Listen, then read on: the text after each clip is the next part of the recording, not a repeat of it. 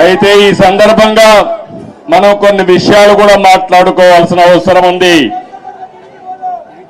ఈరోజు మనం చూస్తే తెలుగు జాతి కూడా అనేక సంక్షోభాలు ఎదుర్కొంది. నేను కూడా తెలుగుదేశం పార్టీ నాయకులు కార్యకర్తలు కూడా అనేక సంక్షోభాలు ఎదుర్కొన్నాం. కానీ ప్రతి ఒక్క సంక్షోభాన్ని ఒక అవకాశంగా మలుచుకుని తిరుగులేని శక్తిగా తెలుగుదేశం పార్టీ ఎదుగుతూనే వచ్చింది. భవిష్యత్తులో కూడా ముందుకు పోతామని చెప్పి నేను మీకు తెలియజేస్తున్నా. నన్ను జైల్లో పెట్టారు ఏ కారణం లేకుండా. కానీ ఆ రోజు హైదరాబాద్ లో మీరు చూపించిన చొరవ నా జీవితంలో ఎప్పుడూ మర్చిపోలేను. ఇప్పుడు సెంటర్ లో గాని అదే మాదిరిగా గచ్చిబౌలిలో మీటింగ్ పెడితే రెచ్చిపోయిన ఉత్సాహంతో నాయకులు లేకపోయినా మేమే నాయకులని చెప్పి లక్షల మంది వచ్చారంటే అది నా జీవితంలో ఎప్పుడూ జైల్లో ఉండి చూసి నేను చేసిన పనికి నేను చేసిన అభివృద్ధి గుర్తుపెట్టుకుని నాకు సంఘీభావాన్ని తెలియజేశారంటే ఆ రోజే నేను అనుకున్నా నా జన్మ చరితార్థకమని.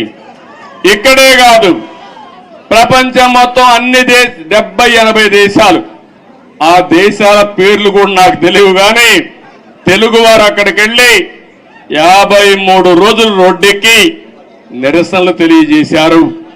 ఇది మరిచిపోలేని అనుభవం అని చెప్పి నేను మీకు తెలియజేస్తున్నా. ఈ సందర్భంగా మనందరం ఒకటే గుర్తుపెట్టుకోవాలి. ఈరోజు రాష్ట్రంలో తెలుగు జాతి ఎన్టీ రామారావు గారిని ఎప్పుడూ మరిచిపోలేరు. అదే సమయంలో ఈ దేశానికి ఒక దిశ చూపించిన వ్యక్తి పివి నరసింహారావు గారు అని చెప్పి కూడా నేను మీకు తెలియజేస్తున్నా. ఆర్థిక సంస్కరణలు 1991లో పివి నరసింహారావు గారు మొట్టమొదటిసారిగా అమలు చేశారు. అప్పటి నుంచి ఈ దేశంలో సంపద సృష్టించడం సులభమైంది. అలాంటి ఇద్దరు నాయకులు ఈ గడ్డ మీద పుట్టడం తెలుగు వారి అదృష్టం అని చెప్పి మరొకసారి తెలియజేస్తున్నా. ఎంతో మంది నాయకులు పోరాడారు, ఎన్నో త్యాగాలు చేశారు. కానీ ఇటీవల కాలంలో ఈ ఇద్దరు నాయకుల యొక్క సమాజం హితం కోసం చేసిన పనులు మనం ఎప్పుడు మర్చిపోలేమని చెప్పి తెలియజేసుకుంటున్నారు. ఇంకో పక్క రాజకీయం అంటే సొంత వ్యాపారాలు చేసుకోవడం కాదు, భావోద్వేగాలు రెచ్చగొట్టడం కాదు, ప్రజల జీవితాల్లో వెలుగు చూపించగలిగింది నిజమైన రాజకీయం అని చెప్పి కూడా నేను మీకు తెలియజేస్తున్నా. మీరు ఒక్కసారి ఆలోచిస్తే తెలుగుదేశం ముందు, తెలుగుదేశం తర్వాత తెలుగు వారి చరిత్ర రాయాలంటే చాలా సులభంగా రాసే అవకాశం ఉంటుంది. ఇప్పుడు హైదరాబాద్ని మీరు చూస్తున్నారు. 95 ముందు ఒక్కసారి మీరు ఆలోచించుకోండి. జూబ్లీ హిల్స్ ఇదే డెడ్ ఎండ్. ఇప్పుడు చాలా మంది మిత్రులు పత్రికా విలేకరులు వచ్చారు. వీళ్ళందరూ కూడా ఎంతో ఉత్సాహంగా నాకు స్వాగతం పలికారు. ఆ రోజటి నుంచి ఈ రోజటి నుంచి ప్రత్యక్ష సాక్షులు రాయడానికి పత్రికా విలేకరులందరూ ఆ రోజు నేను ఒకటే ఆలోచించాను, తెలుగు వాడికి సత్తా ఉంది, అభివృద్ధి చేసి చూపిస్తామని మొట్టమొదటిసారిగా హైటెక్ సిటీతో ప్రారంభించి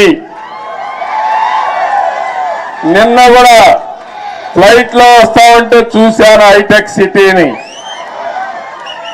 ఎంత ఆనందం కలిగిందంటే ఒక్క హైటెక్ సిటీతో ప్రారంభించిన అభివృద్ధి ఈరోజు తెలంగాణ, హైదరాబాద్ భారతదేశంలో నెంబర్ 1 అయిందంటే అది తెలుగుదేశం పార్టీ ఆ రోజు చేసిన కృషి, చూపించిన చొరవ.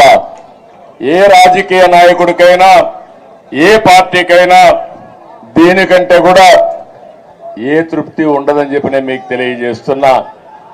ఆ రోజు చాలా మంది అన్నారు ఔటర్ రింగ్ రోడ్డు 8 లేనేస్తానన్నాను. ఇప్పుడు మీరందరూ కూడా మర్చిపోవచ్చు, కొంతమంది గుర్తుండకపోవచ్చు. కానీ నా మనస్సాక్షిగా ఆలోచించినప్పుడు నేను చేసిన పని నా మనసుకు ఆహ్లాదం ఇస్తుంది.